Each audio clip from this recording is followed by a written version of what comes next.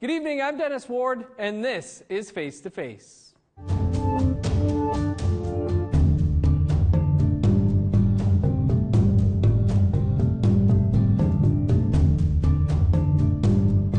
Our guest this week is Sipekne'katik First Nation Chief Mike Sack. Sack has been the chief of the First Nation in Nova Scotia since 2016 and has recently been thrust into the media spotlight over the Mikmaw harvesting of lobster for a moderate livelihood. Chief Sack, thanks for taking the time to join us. Sipekne'katik First Nation launched its moderate livelihood fishery on September 17th. Were you expecting there to be the tensions at the time? Yeah, no, thanks for having me. Not at all. We went out there with just to exercise our right, mind our own, and we weren't prepared for anything that happened in this last month or so. There's been damage to property, facilities burnt to the ground, threats, flares fired at boats, just to name a few. Can you give us a sense of what you and your people have had to endure over the past month and a half or so? Yeah, it's been very rough. You outlined the bigger events there. On the side of that, we've had a lot of messages, Facebook, text message, emails. There's been a lot of hate in the area. But I do like to put it back out there that there's the protests, they used to have about 300 commercial fisheries there, fishermen or whatever. And but there's about 3,000 or 4,000 people that do fish in that area. So it's only a percentage, you know what I mean? And it's, but it lingers into all aspects of our life and what we're doing, right from our people trying to order fuel, bait, lobster traps, for even people trying to sell our lobster to it. We're completely boxed out of the market down that way. And I believe so. There's a lot of people that are willing to work with us. It's just a matter of the pushback that they get and the threats that they get as well with regards to threats to boycott or anything. Sorry, many of these threats, acts of intimidation and straight-out violence have been caught on video. The federal leader of the NDP has called it terrorism. Is that how you'd describe it? Yeah, I kind of figure it as more of a hate crime. I'm not sure the two main difference or whatever, but, it's individual acts right at a direct nation type of thing. So it's very unfortunate. We've had a big frustration with the RCMP. Now there's more members in the area, this is great. But we're still waiting for more charges to be laid. And I think there's hundreds of charges that could be laid from the events that took place early on. Yeah, also caught on camera is the RCMP seemingly standing by as some of these events have taken place. What do you make of that? That's where a big frustration came from. And I'm very proud of my people. We were able to keep it calm and cool. And I know at points we tried everything we can just to make sure that everyone kept a level head. As far as the water, the first couple of days, there was hundreds of commercial boats in the area that were intimidating our people, circulating them. That's where the flares were fired. Then they went in to start hauling the gear. And the frustrating part for us was that they expressed they were going to take the law into their own hands. And they had done that. And, as of yet, they haven't been held accountable for that, which is, that leaves us to, we don't trust completely yet the RCMP. They're working with us more now, but more needs to happen. If charges were laid right off the start, we wouldn't be where we're at right now. There were calls for additional RCMP. What is the mood and the relationship with RCMP now? Yeah, so it's good. I commend the officers that are in the area and on the ground. Our frustration was with the higher ups that would send people down. And, for us, it was just a matter of safety. DFO, we said, why aren't you guys on the water protecting our people? And they said there's too many boats out there and it's a matter of safety. So if they weren't there to protect us, who was, right? And then it was a matter of the RCMP blamed DFO, DFO blamed RCMP, and that's where our call for military or someone to come in just to make sure that safety was there for everyone involved. Is there a better sense of safety on the ground there now?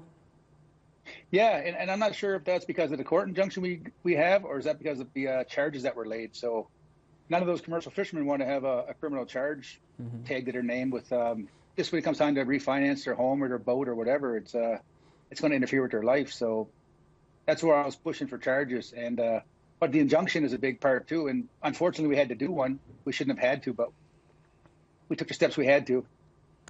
More often than not, we hear of injunctions coming down on the other side. Can you explain the importance of the injunction that you have received? Yeah, so that was just all, I guess it's a he said, she said, but we want to protect our people and keep everyone away. And we feel that that has really calmed the waters down. You know, they're not allowed, the commercial's not allowed around our people at the wharf or the pound or the other wharf, the Irvin wharf there. So I think that's a big step forward. And you're right, like the injunction came so quick, but who could say no to that when you had all that stuff on video? So my office is putting everything, all the videos together, and we're going to pass that all over to the RCMP to assist with their investigation. Members of Parliament have been holding emergency meetings over what's been unfolding. Do you feel that politicians or the federal government are taking this seriously?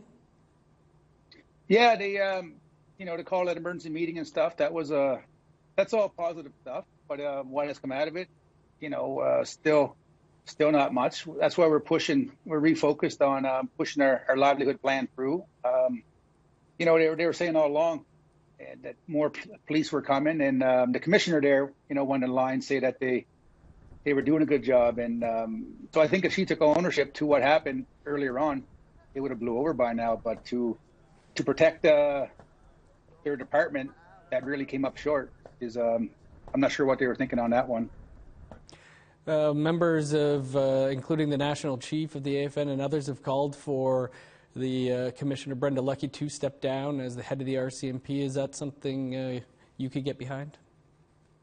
Yeah, I think so. You know, early on, I wasn't sure how I thought about it, but, you know, I had been saying if the higher ups are the ones that take care of that. And you ask anyone in my community or any First Nations here, if the shoe was on the other foot, there would have been a lot of police officers in the area. And there's nothing anyone could say that would make us feel different about that. So I think if that's the one who dropped the ball, the commissioner, then definitely they should be replaced. Late on a Friday night, the Department of Fisheries and Oceans announced the appointment of Alistair Sept as a federal special representative to act as, quote, a neutral third party who will communicate with and rebuild trust between commercial and Indigenous fishers. What are your thoughts on the appointment of a special representative? Yeah, like I had mixed thoughts on that. I thought it was a decent idea if that could help, you know, the commercial fishermen to ease their mind. But then when it came out and we looked up who the person was, I was like, you know, they got to be kidding me that they expect one of their own people to come and talk with us and to help push us forward. But so we've asked that they, you know, consider an Aboriginal person, but also we've put our focus on dealing with the ministers directly. And the commercial industry has had a hard time getting to that table just because they're so disorganized. So if that works for them, you know, I'm happy for them. But as far as we're going, we'll talk to Mr. Sept in time, but right now that's not a priority for us. Commercial fishers say their issue is with the Mikmaw fishery is because you're fishing out of season and depleting, shrinking lobster stocks. Can you address those two concerns? Yeah, no problem. You know, Minister Jordan's been all over the news, you know, reaffirming that there's no shortage of lobster stocks. You know, the species is doing well, and the commercial season was actually set up for the economy when they sell. And our fisheries outside of that is based off of our needs and what we can accomplish, you know, with our smaller vessels and such. So for us, that's why we're not trying to fit into their season. You know, we're looking to establish our own and stay outside, and conservation will be our main concern. Chief Sack, much more to talk about here, but we do have to just step aside for a quick break, and then we'll continue the conversation here on Face to Face with Sipekne'katik Chief Mike Sack. Stay with us.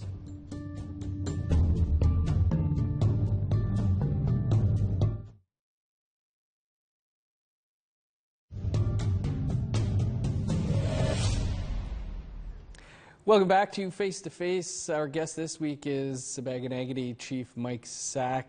Chief Sack, how would you describe a moderate livelihood? That's something that we're working on steadily. You know, we have a team working on it every day.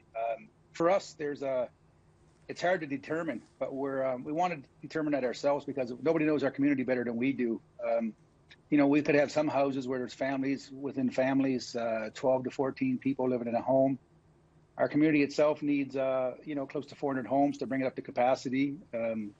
So we just want a better way of life going forward. So we're taking everything into all factors into effect here, and we're looking to determine what our livelihood would be.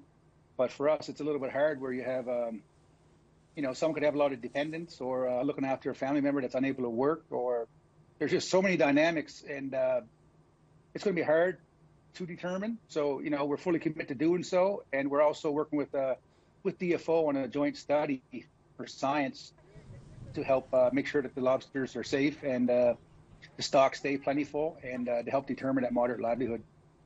Do you have a rough estimate or numbers of what an average fisherman out there makes in a year? So, in this area, a captain could easily take home $600,000. That a boat owner that runs his own boat, they make quite a bit of money. And a deckhand, they're probably in the $60,000 to $80,000 range. So that's all well above the average Nova Scotia income. We're not sure where that's all going to fit, but that's something we need to determine. And with that in mind, the conservation, to make sure everything's okay and that we're not hurting lobsters in any way. The government says, and like you just say, nation-to-nation talks on the Marshall decision are ongoing. Should those not have happened, though, 20-plus years ago and been resolved long ago?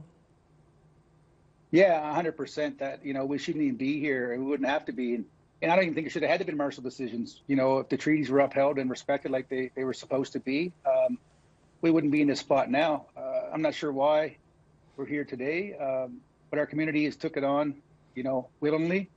Our community is known to, fight for our rights, and we're invested in this. We're right behind our fishermen and fisherwomen, and we're going to do everything we can to make sure that this gets defined. We've made it very clear that we're not here to negotiate our rights either. What was behind the decision to do, the fishing for a moderate livelihood, the tags and all of that this year, and when you decided to? Yeah, so it's been worked on in the community for quite a while, but it's just been a process. We've had a lot of different people through the doors that helped work on it and contribute. It had to go back to our community, and it was just time to make a push forward. Our people, I guess one of the biggest factors is that our people have been down there fishing forever, and the harassment just keeps kind of picking up over the years, and DFOs taking their gear and charging our people. So we made a commitment to stand behind our people, help them legally, and to completely roll out our fishery so we can help make it more of a community event, a community profit to help offset our needs. The lobster fishery in Nova Scotia is estimated at about $1 billion industry. How much of that is made up of Mikmaw fishers, do you think? That I'm not sure the complete numbers, but I do know in the area we're fishing, that season they fish over 400,000 traps. And right now we've set out 11 licenses we issue, and there's 50 traps per license. So 400,000 versus 550. What role does Clearwater have to play in these recent tensions, do you think? They're the largest holder of shellfish licenses and quotas in the country. Yeah, so directly here, Clearwater doesn't have anything to do with what we're going on and doing.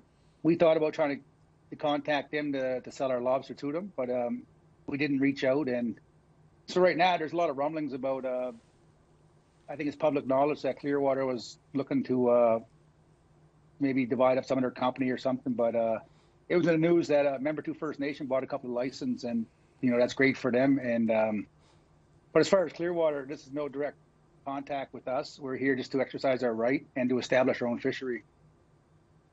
Your earlier estimates were of losses around $1.5 million. What does that mean for your fishers and their families? So that's a big hit for our community. We had 3 LFA lobster fishing area 35, which is around Digby. That's where we caught about 15,000 pounds, and nobody would buy our lobster. So we had to pull our license out of there, our boats out of there, and we took those traps and gave them to our people that are fishing our moderate livelihood. So that's a big loss for our community. A 1.5 overall revenue. So, it's hard to recover from that. And our next concern is LFA 34, which starts November 30th. We have 9 licenses in that area, and that could be the same size of a loss. You're expecting, tensions there as well, then? Yeah, that one's right in the exact same area that we're in, the St. Mary's Bay, and that's where LFA 34 is. So, we talked about that at council today. We had a meeting, and I brought that concern up. So we have community members that fish those licenses, and they're contacting us asking what are they going to do, because they have a lot invested, and they need to invest a lot more money. And if they're not going to be able to sell their lobster, that's a big concern for all of us. There were, like you say, concerns about finding buyers for your catch. A buyer has now been found. What can you tell us about that? Yeah, so we found a local person in the Atlantic bubble to, he don't want his name out there because he's, in a sense, doing us a favor. He bought that lobster. It was a connection that one of our people had, and we're very grateful. Chief, what has to happen for this to be resolved and for the Mikmaw to peacefully go about fishing? Yeah, so my opinion is that once we come to terms with the government on what's going to happen going forward, the commercial industry can be notified on how modest our fisheries plan really is. And, it's not that big. It's not that relevant. It ain't going to hurt their bottom line. So once that's all established and out there, I think it'll be an easier way moving forward. And there's a lot of relationships to be built back up. Chief, we do have more to talk about, including, the solidarity that your people have seen from people right across the country. But we have to step aside for another quick break, and then we'll continue the conversation here on Face to Face with Sipekne'katik First Nation Chief Mike Sack. Stay with us.